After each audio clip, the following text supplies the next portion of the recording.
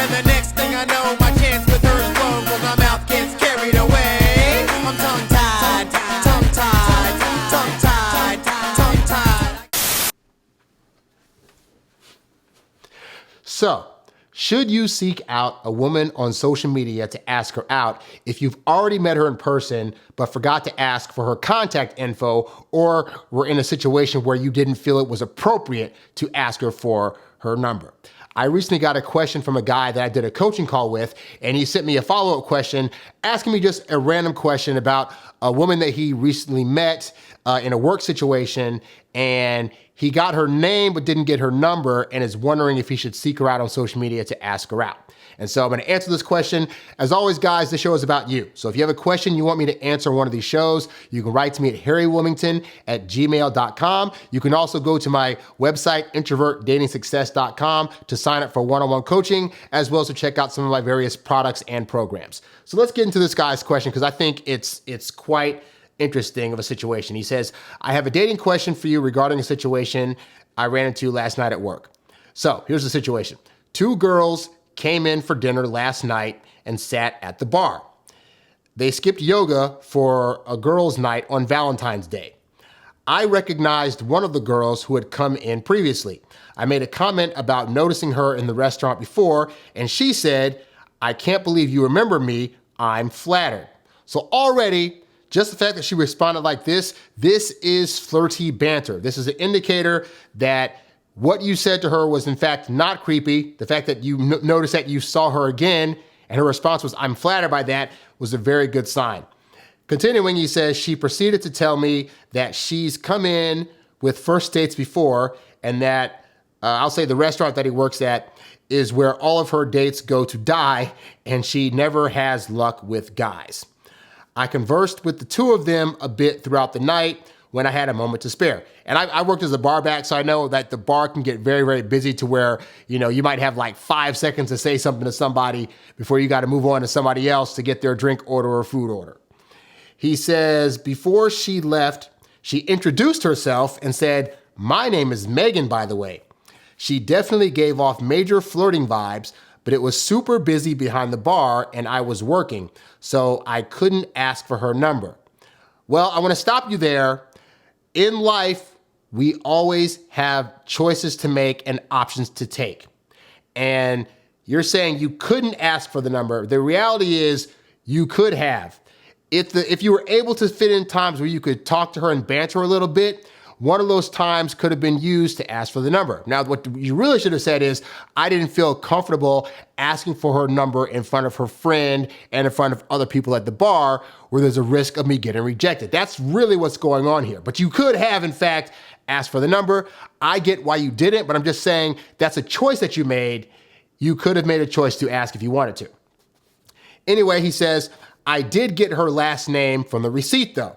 So here's his question. He says, assuming you met a girl out in public in a situation like this where you didn't get her number, would it come off as desperate if you found them on social media or email and asked them out? Well, I will say this. Here's the thing, is that when you do that, you're essentially trying to recreate a moment. You see, when you met her in the bar, you're having natural banter with her and it's being increased to the point where she volunteers her name to you, right? So in the course of building a moment-to-moment thing, you built it up to where she just volunteered her name, all right? The problem is, because you didn't get her number, you're gonna basically have to seek her out on social media or through email, and then you're gonna try to restart the beginning of your guys' interaction again. And it's gonna be in a context where she didn't give you any information directly to be able to seek her out. So that could be potentially seen more so as creepy than desperate, because she could possibly think, wait a minute, I didn't give this guy my number, I didn't tell my last name, and so he would have had to jump through all these hoops just to find me to then try to start a conversation with me. This is coming out of left field. That could potentially be seen as stalkerish. In the same token, some women might be flattered by that. They might think, oh, wow, he sought me out. He must really like me in some capacity.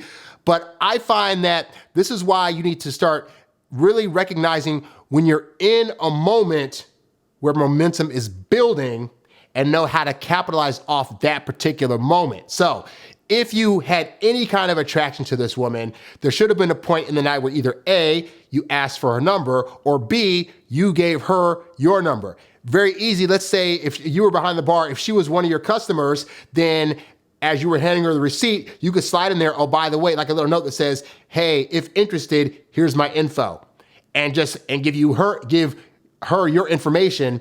That way, if she was any kind of interested, she could text you later, hey, here's my number, would love to hear from you. Then you'd know for sure that this is beyond just you in your head being flirty, but that she actually wants to potentially get with you in some capacity. When you don't take advantage of those moments, it makes it harder and harder to contact. And then if you come out of left field and do that, you risk being seen as that creepy guy that's trying to get at her without her full blessing or whatever, and that could potentially be a turnoff. Now with this woman, because she's coming to your restaurant twice now, and she's pointed out, oh yes, I come here quite frequently, and she's told you her name, there's a good chance that she'll probably show up there again. Now, if she actually is building an interest in you, then the next time she's there, she's going to seek you out. Now, I've read plenty of stories on Reddit where I see women talking about stories where they went to an establishment and they liked the waiter, the bartender, the manager, etc.,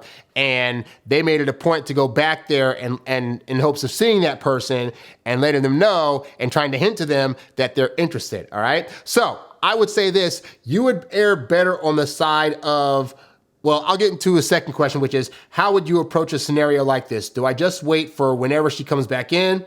Who really knows when that will be, or if I even happen to be working the time/day that she does come back? So honestly, your best bet in this scenario would be to wait for her to come back in, see if she comes to the bar, and then try to restart that conversation. Hey, what are you doing here again? Oh, this is your third time in here. You must be really, like hooked up on me or something, LOL. And then try to have more flirty banter. And then in somewhere in that conversation, pass off your number to her or say, hey, you seem to be in here a lot. I'd love to see you outside of this restaurant. Let me get your number. Very, very simple, okay? And in that way, it'll come off as less creepy than if you were to picture the scenario of you're like, hey, this is so-and-so from the restaurant, and I found you on this thing after looking up your last name on the receipt that you left, and how are you doing? That could potentially, again, be seen as a creepy way to try to interact with her.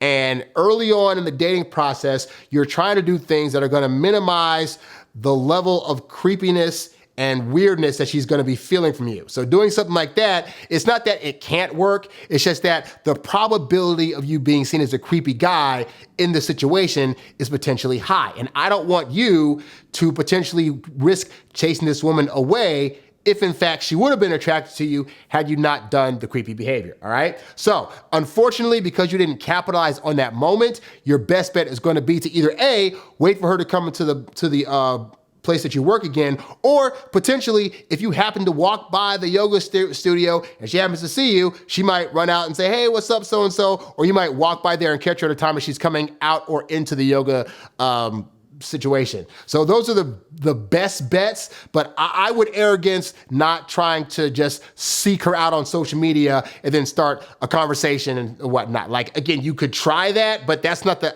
route that I would recommend. I would recommend learning to recognize when you're in moments with women that things are going great conversation-wise, and then being bold enough to ask for the number or to give her your number, okay? And that's what women are looking for. Women are looking for guys that are willing to potentially risk rejection. You were in a situation where I get it, you're at a bar, there's people around, you don't want to be doing anything that could possibly risk rejection, or anything where, like, especially in a work situation where she's coming to your establishment place and then she might tell the manager, like, I get all those risks are there, but you also got to read about the kind of energy that a woman's throwing at you. And if you're recognizing that you're in a moment where this woman is being flirty with you, then you got to say, it's probably going to be okay if I make a light move. Probably gonna be okay if I say, hey, I hope to see you again sometime soon. Hey, you know what, real quick, boom, number. Or let me get your number real quick. Like, you have to read the situation and see if you're able to make that kind of risk in those moments and then go for it, because you don't want to be the guy that ends up trying to constantly chase women